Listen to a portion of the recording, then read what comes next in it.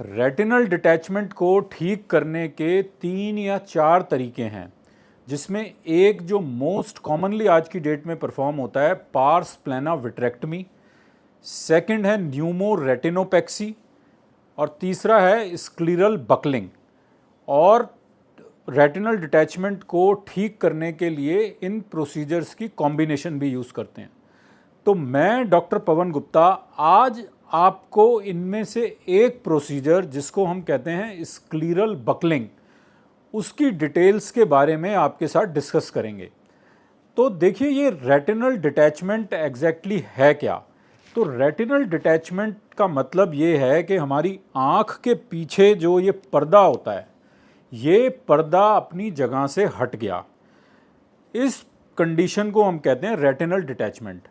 अब इसका जो ट्रीटमेंट है, उसका जो ऑब्जेक्टिव है वो ये कि ये पर्दा वापस अपनी जगह पर हम अटैच कर दें। तो इसको अटैच हम 2 तरीके से कर सकते हैं। पहला तरीका तो ये है कि जो पर्दा आगे आ गया है उस पर्दे को हम पीछे की साइड पुश कर दें। सेकंड तरीका ये है कि जो बाहर की वो लेयर है, जो जिसको हम स्क्लीरा बोलते हैं, जो वाइट वाली लेयर है, इसको हम हल्का सा अंदर की साइड पुश कर दें, पर्दे की तरफ ले आएं और फिर ये दोनों आपस में अटैच हो जाएं।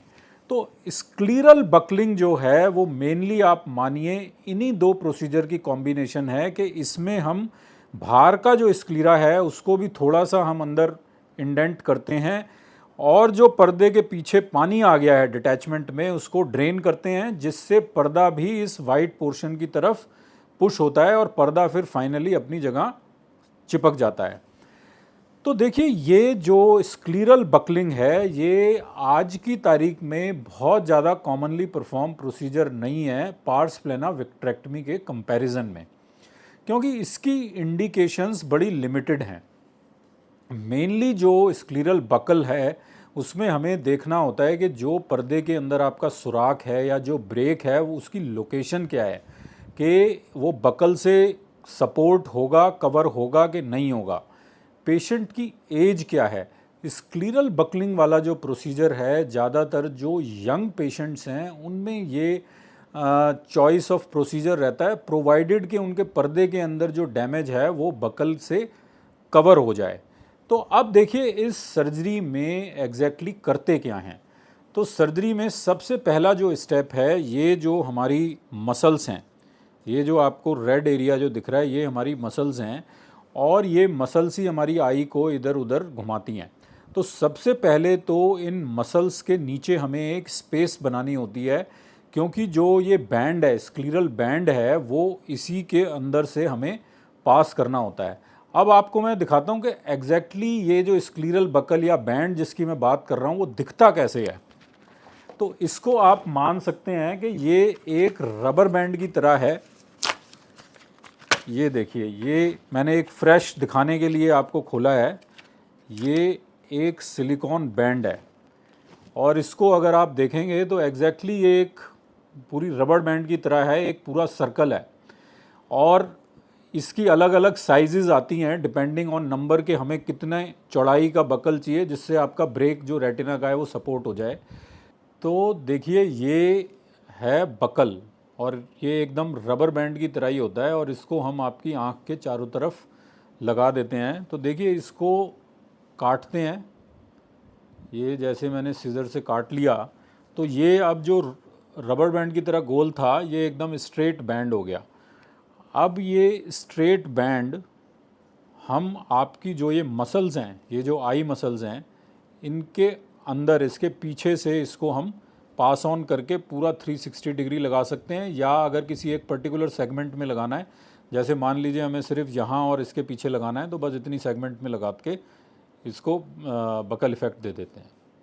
तो ये तो इसका एक स्टेप है कि ये बैंड हमें मसल्स के नीचे से पास करना होता है।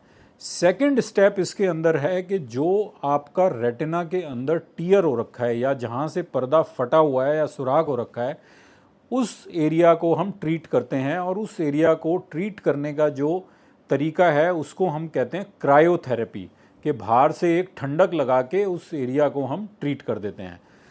थर्ड जो इसके अंदर स्टेप है कि जो पर्दा डिटैच होने से जो पर्दे के पीछे पानी इकट्ठा हो गया है वो पानी हमें ड्रेन करना है या वो पानी हमें बाहर निकालना है, उसको हम कहते हैं सब रेटिनल फ्लूइड ड्रेनेज या स्क्लीरल ड्रेनेज।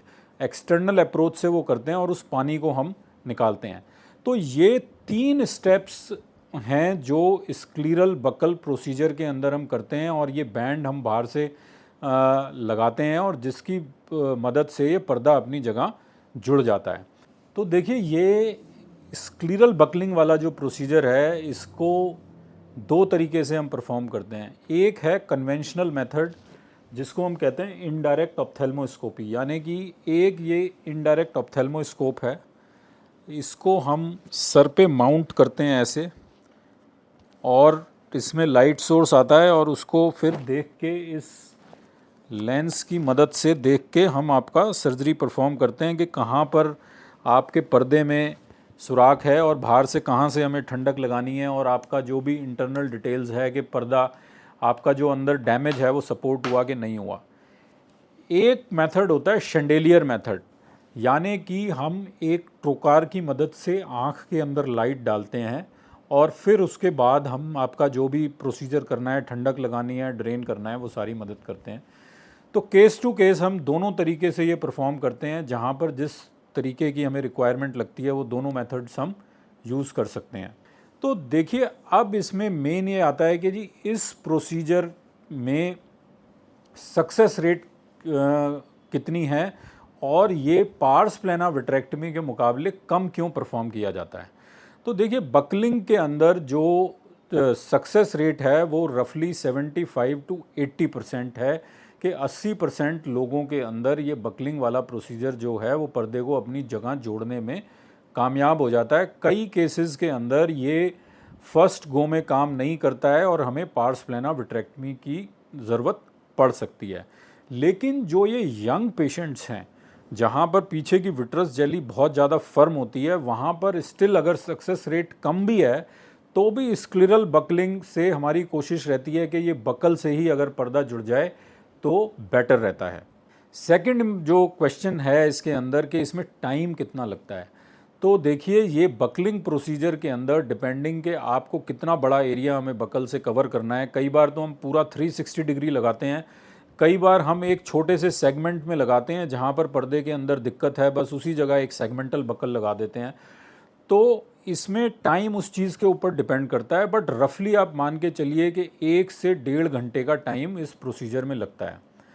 अगला क्वेश्चन आता है कि ये जो है कौन से टाइप का एनेस्थीसिया इसके अंदर हम यूज़ करते हैं। तो देखिए, इसके अंदर अगर पेशेंट की एज बड़ी है तो मेजॉरिटी ऑफ केसेस में ये लोकल एनेस्थीसिया में हो जाता है कि यहाँ पर एक इंजेक्शन लगाते हैं, आपका इतना हिस्सा सुन्न हो जाता है और उसी में सारी प्रोसीजर हो जाती है। बट कई केसेस के अंदर जहाँ पर पेशेंट की एज कम है या पेशेंट जो है इतनी देर 1-1.5 घंटे के लिए नहीं लेट सकता, वहाँ पर हम इसको टोटल एनेस्थीसिया या जनरल एनेस्थीसिया के अंदर भी करते हैं, जहाँ पर हम पूरी बेहोशी के अंदर भी ये ऑपरेशन कर सकते हैं। अब सबसे ज़रूरी जो है कि आफ्टर ऑपरेशन के बाद पेशेंट को क्या फील होता है। तो देखिए, ये जो स्क्लीरल बकलिंग वाला जो प्रोसीजर है, क्योंकि इसमें हम आपकी मसल्स के अराउंड जो मैक्सिमम सर्जरी होती है, तो ये आफ्टर सर्जरी इसमें पेशेंट को चुभन भी रहती है, थोड़ा पेन भी रहता है, थोड़ी वाटरिंग रहती है, आँख लाल भी हो जाती है।